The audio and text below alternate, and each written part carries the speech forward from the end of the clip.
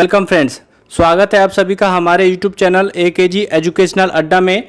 और फ्रेंड्स, आज का वीडियो वास्तव में गजब होने वाला है, क्योंकि आज के वीडियो में हम आपके लिए लेकर आए हैं भारत में बहने वाली प्रमुख नदियों की विस्तृत जानकारी। फ्रेंड्स, इस वीडियो को बहुत ध्यान से देखना, क्योंकि नदियों से संबंधित क्वेश्चंस हर छोटे बड़े एग्जाम में पूछे जाते हैं। इस टॉपिक पर ऐसा वीडियो आपने पहले कभी नहीं देखा होगा, और मैं 100% गारंटी देता हूं कि इस वीडियो को देखने के बाद आपको इस टॉपिक पर दूसरा वीडियो देखने की ज़रूरत भी नहीं पड़ेगी। तो बिना टाइम वेस्ट किए करते हैं वीडियो को शुरू। अगर वीडियो पसंद आए तो लाइक करें, और चैनल पर नए हैं तो सब्सक्राइब के रेड बटन को दबाकर सब्सक्राइब कर लें। फ्रेंड्स, इस वीडियो में हमने जो टॉपिक कवर किए हैं वो है नदियों के उद्गम स्थल और उनके समाप्ति स्थल हैं, सहायक नदियां हैं और नदियों के प्रमुख संगम स्थल हैं। तो वीडियो की ओर बढ़ते हैं। पहली नदी है गंगा नदी। इसके अन्य नाम पद्मा और मेघना है।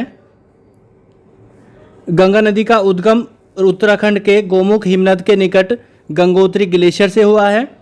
वास्तव में अलकनंदा तथा भागीरथी नदी के देवप्रयाग मिलने पर यह गंगा नदी कहलाती है। इसके बाद इलाहाबाद के निकट गंगा से यमुना मिलती है, जिसे संगम या प्रयाग कहा जाता है। फिर यह दक्षिण पूर्व की ओर बहते हुए बांग्लादेश में प्रवेश करती है, जहां इसे पद्मा का नाम दिया जाता है। बांग्लादेश में समुद्र से मिलने से पहले ब्रह्मपुत्र नदी से मिलती है, तो इसको मेघना नाम दिया जाता है।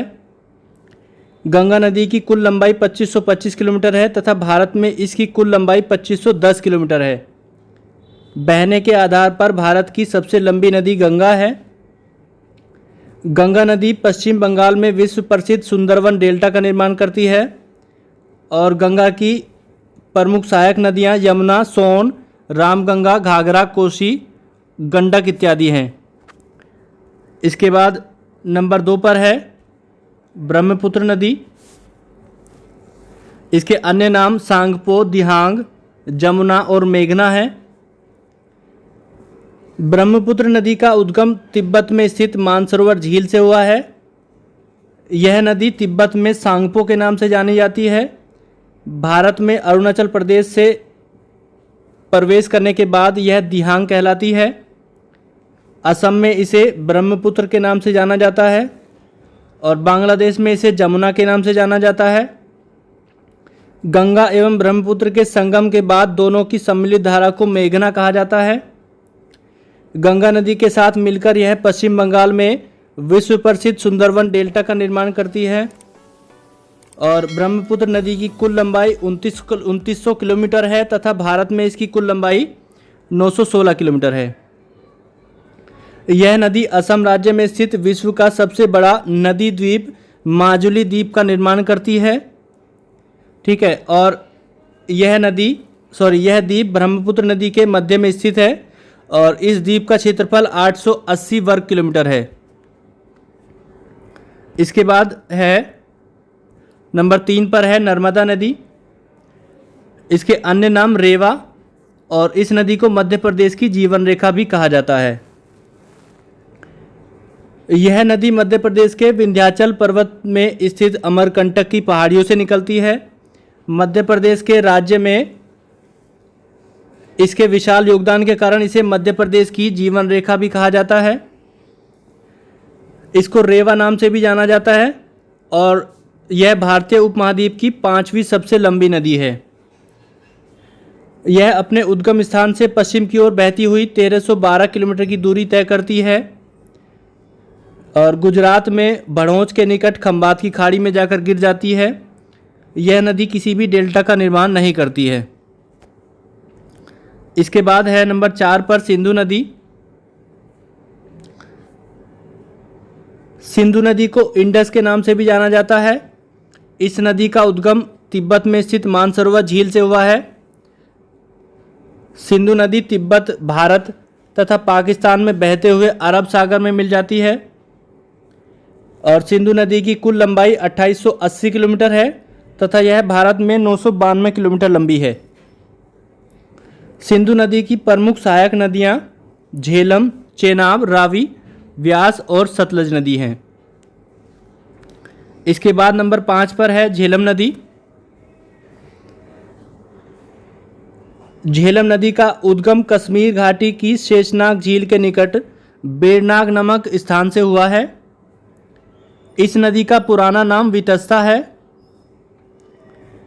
वूलर झील में मिलने के बाद यह पाकिस्तान में प्रवेश करती है तथा चेनाब नदी में मिल जाती है।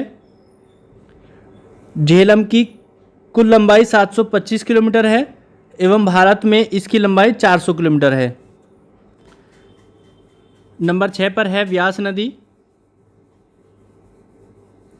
इस नदी का उद्गम रोहतांग दर्रे के समीप व्यास कुंड से हुआ है और इस नदी का वैदिक नाम अर्जिकिया या विपासा था और विपासा नाम से इसका वर्णन वाल्मीकि रामायण में भी मिलता है और यह कुल लंबाई 470 किलोमीटर तय करते हुए पंजाब में सतलुज नदी से मिल जाती है। इसके बाद नंबर 7 पर है चेनाब नदी। चेनाब नदी हिमाचल प्रदेश के लाहौल में बारालाचा दर्रे से निकलती है। टांडी में चंद्रा और भागा दो धाराओं के मिलने से चंद्रभागा नदी बनती है जिसे चेनाब नदी कहते हैं। भारत में चेनाब नदी की लंबाई 1180 किलोमीटर है। त्रिमू में यह रावी और झेलम नदी से मिलती है और पंजाब में यह सतलज नदी के साथ विलय हो जाता है।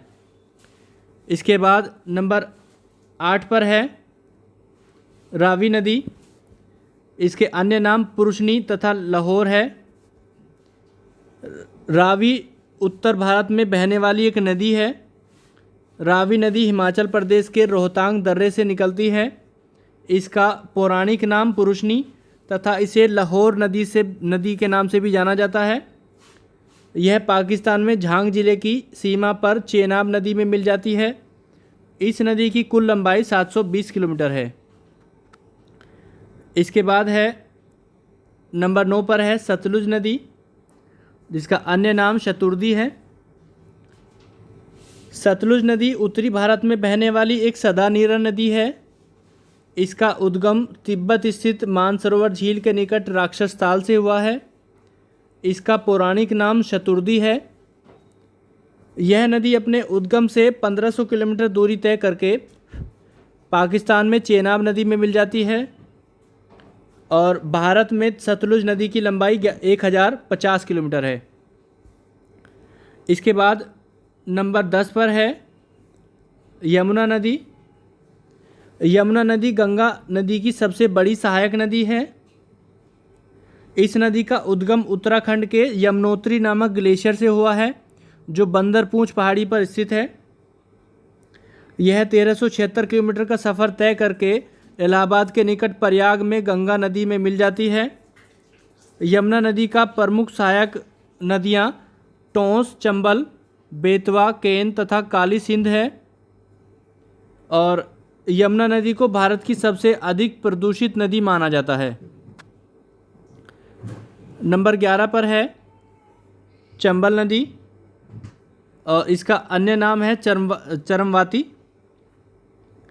चंबल नदी मध्य प्रदेश के इंदौर जिले में स्थित महू के निकट जानापाव पर्वत से निकलती है। इसका प्राचीन नाम चरमवाती है। इसकी सहायक नदियाँ शिप्रा, सिंध, काली सिंध, ब्राह्मणी और कुनू नदी है। यह नदी मध्य प्रदेश, राजस्थान होते हुए उत्तर प्रदेश के इटावा जिले में यमुना नदी में मिल जाती है और चंबल नदी की कुल लंबाई 965 किलोमीटर है। यह नदी बीहड़ों गड्ढों का निर्माण करती है। इसके बाद नंबर 12 पर है घाघरा नदी। इसके अन्य नाम कर्णाली, सरयू नदी, सरजू और शारदा। यह दक्षिणी तिब्बत में ऊंचे पर्वत शिखरों से निकलती है जहां इसका नाम कर्णाली है। इसे सरयू नदी, सरजू, शारदा आदि के नाम से भी जाना जाता है और इस नदी की कुल लंबाई 1080 किलोमीटर है। इसके बाद नंबर 13 पर है गोमती नदी। गोमती नदी का उद्गम उत्तर प्रदेश के पीलीभीत जिले में फुलहर झील से हुआ है। पुराणों के अनुसार गोमती ब्रह्मऋषि वशिष्ठ की पुत्री थी। और हिंदू ग्रंथ श्रीमद् भगवत गीता के अनुसार गोमती भारत की उन पवित्र नदियों में से एक है जो मोक्ष प्राप्ति का मार्ग है। लखनऊ इसी नदी के किनारे बसा हुआ है। यह गाजीपुर के निकट गंगा नदी में मिल जाती है। गोमती नदी की लंबाई उद्गम से लेकर गंगा में समावेश तक लगभग 900 किलोमीटर है। इसके बाद नंबर 14 पर है गंडक नदी। इसके अन्य नाम गंडकी, सालग्रामी और नारायणी है। यह नदी हिमालय से निकलकर दक्षिण पश्चिम में बहती हुई भारत में प्रवेश करती है। नेपाल में इस नदी को सालग्रामी और मैदानों में नारायणी के नाम से जाना जाता है। बिहार की सीमा में बहते हुए यह नदी पटना के पास गंगा नदी में मिल जाती है और इस नदी की कुल लंबाई 1310 किलोमीटर है। इसके बाद नंबर 15 पर है कोसी नदी। कोसी नदी का उद्गम प्रारंभिक रूप से 7 धाराओं से हुआ है जो नेपाल, हिमालय तथा कंचनजंगा पर्वत से निकलती हैं। इन धाराओं में सबसे बड़ी धारा का नाम अरुण है जो माउंट एवरेस्ट के पास से निकलती है। बिहार में बहते हुए यह नदी भागलपुर जिले में गंगा नदी में मिल जाती है और कोसी नदी की कुल लंबाई 729 किलोमीटर है। कोसी नदी अपने मार्ग परिवर्तन एवं भयंकर बाढ़ के लिए कुख्यात है। यह प्रतिवर्ष बिहार में जनधन की अपार क्षति पहुंचाती है, इसलिए इस नदी को बिहार का शोक कहा जाता है। नंबर 16 पर है दामोदर नदी। इस नदी का उद्गम छोटा नागपुर के पठार में स्थित प्लामू पहाड़ी से होता है और यह झारखंड में बहती हुई पश्चिम बंगाल में प्रवेश करती है तथा हुगली नदी में मिल जाती है। दामोदर नदी द्वारा पश्चिम बंगाल में बाढ़ से भारी तबाही लाती है, इसलिए इसे पश्चिम बंगाल का शोक कहा जाता है। इस नदी की कुल लंबाई 592 किलोमीटर है। इसके बाद नंबर 17 पर है बेतवा नदी। बेतवा नदी का उद्गम मध्य प्रदेश के रायसेन जिले में स्थित कुम्हारा गांव के निकट विंध्याचल पर्वत से हुआ है और इस नदी की लंबाई 480 किलोमीटर है। यह उत्तर प्रदेश के हमीरपुर जिले में यमुना नदी में मिल जाती है। इसके बाद नंबर 18 पर है सोन नदी। सोन नदी का उद्गम मध्य प्रदेश में स्थित अमरकंटक की पहाड़ियों से हुआ है। इस नदी में उपस्थित पीला बालू सोने की तरह चमकता है, इस कारण इस नदी का नाम सोन नदी है। यह मध्य प्रदेश के रीवा से बहती हुई उत्तर भारत में प्रवेश करती है तथा पटना के समीप गंगा में नदी में मिल जाती है। इस नदी की लंबाई 784 किलोमीटर है। इसके बाद नंबर 19 पर है ताप्ती नदी।